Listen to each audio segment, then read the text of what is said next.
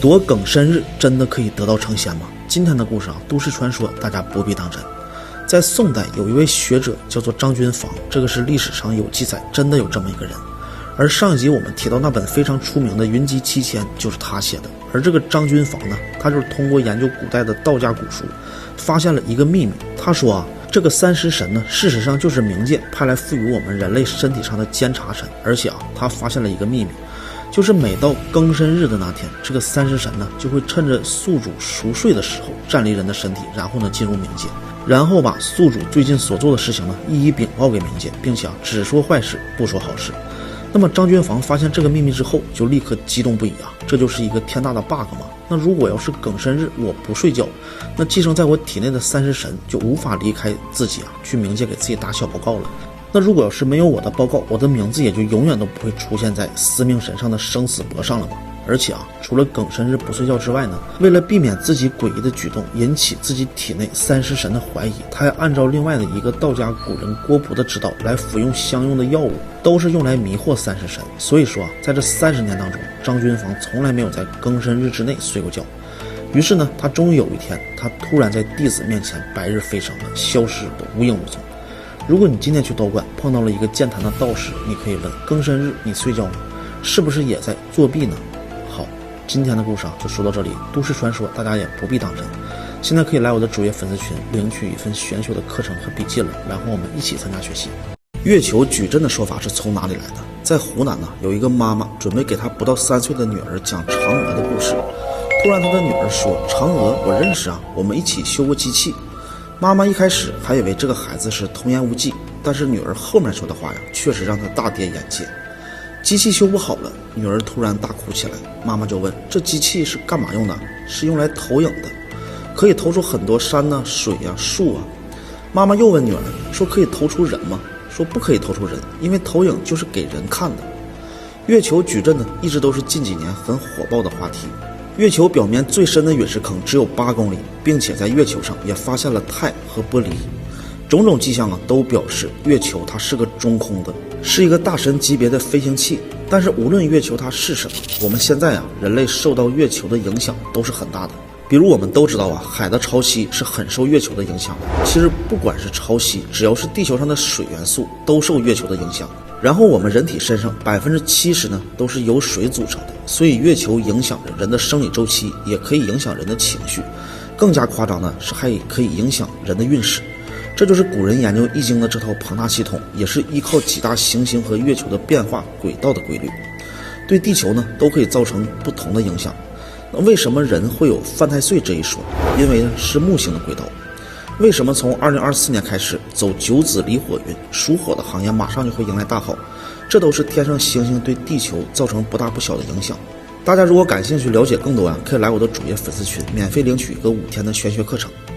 神秘的多贡族一直流传着这样一个传说，说人类并不是地球的原住民，而是很久以前天狼星来了很多人首蛇身和人首鱼身的人，在地球待了不知多久，他们就回去了。这期视频我们继续探索多贡族的远古秘密。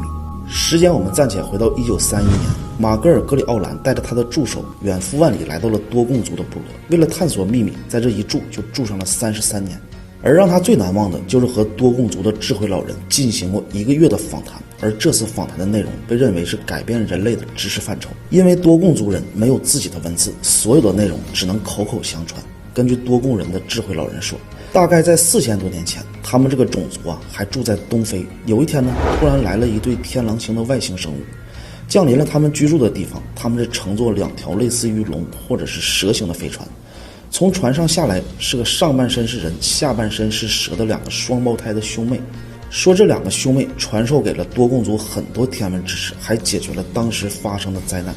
说到这里我们作为中国人会想到什么呢？在我们的神话故事里，伏羲和女娲不就是一对双胞胎的兄妹吗？他们的形象还正是人首蛇身。女娲补天，这不就是帮助人类解决天灾吗？伏羲画的八卦易经的手稿，当时这种智慧我们至今都无法破解，所以后人推测易经很有可能就是高等文明的智慧。大家要是感兴趣在主页或者是评论区的粉丝群聊里可以免费领取我的笔记和5天的课程。但是我们也可以大胆猜测一下，如果多贡族这个老人说的是真的，那么《山海经》记载的一切都解释得通了。因为《山海经》记载了很多人首蛇身、人首鱼身的形象，刨去伏羲、女娲我们不说，《山海经》记载的烛阴、雅语、共工，还有海外经记载的部落，其不受者800岁轩辕国的国民，或许都是真实存在的。他们都是来自于天狼星，但是他们为什么来到地球，没有人知道。或许是来帮助解决远古的地球灾难吧。伏羲根据河图洛书，他创造了八卦，给予我们智慧。女娲补天是解决月亮或者是陨石对地球的危害，让我们的地球以正常生态可以继续的繁衍，没有了灾难，他们也就回去了。而这一切的真相都无法去考证，或许很久以后他们还会回来吧。我们看这位道长，他只是看了一眼开坛香，顿时感觉曹老板被人下了鲁班术，因为同时间引燃的香烛居然烧得长短不一，香烧成这个样子叫棺材香，怕是有人要让你们家添置棺材了。曹老板瞬间就觉得慌得不行了。他们夫妻是老来得子，家中只有这一个儿子，那究竟是谁如此的丧心病狂，想让曹家绝后呢？道长随即又开始测算孩子的命格，可发现此子是妥妥的富贵长寿命，按常理来说绝对不会幼年夭折的。青龙位见凶，这是你们家宅子的风水让人给坏了。道长问曹老板最近几年是否有得罪什么残疾之人，曹老板这才恍然大悟。前2年呢，他找人翻新房屋，有个瘸子瓦匠在干活时一不小心掉下了一块瓦，差一点砸在曹老板的儿子头上。怎么弄的？少帅呀，对不起，吓到了吧？我不是故意的，对不起，对不起，对不起。这曹夫人呢，就给管家使了个眼色。这第2天，管家就将这个瘸子给赶了出去，就连1个月的工钱也是分文不给。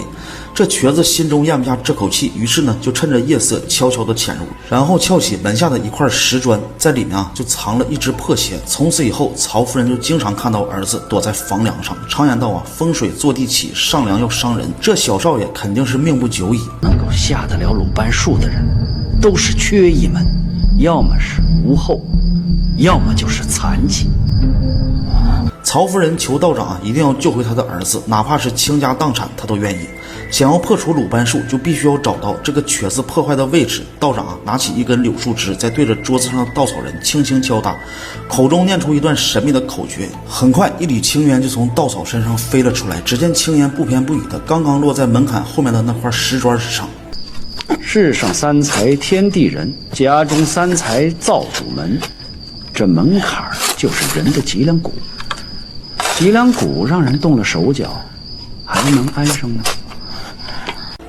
片刻之后呢，管家从沙子里掏出一个包裹，道长打开一看，里面竟然是一只破鞋。道长将破鞋以红布包裹，接着在手上画了一个很奇怪的图案，然后一拳砸在鞋上，最后又把鞋交给了曹老板，让他用滚油炸过之后埋在柚子树下，这样一来他的儿子日后安全。道长临走前曹夫人又给他额外的香油钱。道长表示呢，寻香问路不可多得，并且还嘱咐曹老板以后广结善缘，广施善行，方可家族兴旺。这个故事呢肯定是虚构的，但是我们要提起鲁班这个人历史上他确有此人。他被史书记载是春秋战国时期的一位木匠，他所留下的鲁班术也让后人猜测，鲁班他可不是一位单纯的木匠，因为他的内容太过于神秘离奇。比如《鲁班经》中说，门梁藏碗筷会让住者家道中落，将小船藏于横梁，财富会如流水引进来，将毛笔藏于门缝间，居住者便能代代出贤良，将自家的铁镐埋在别人家的院子里，就会压住对方。而家中如果放竹叶3片，便可以平安吉祥。这本书简直是越看越可怕，一度被历代帝王封禁。好在这本《鲁班经》已经解禁了，并且还被翻译成了白话文。书中他详细收录了鲁班流传于民间的绝笔仙迹，包括家居地理机关设计，又如何判定各种物品的尺寸家具的吉凶等等，也有一些具体的方法。但是在现在呢，又因为尺度问题被各大平台所封禁。如果你今天有幸刷到我这个视频，它左下角链接还在，就是还能买；如果不在了，那就是又找不到了。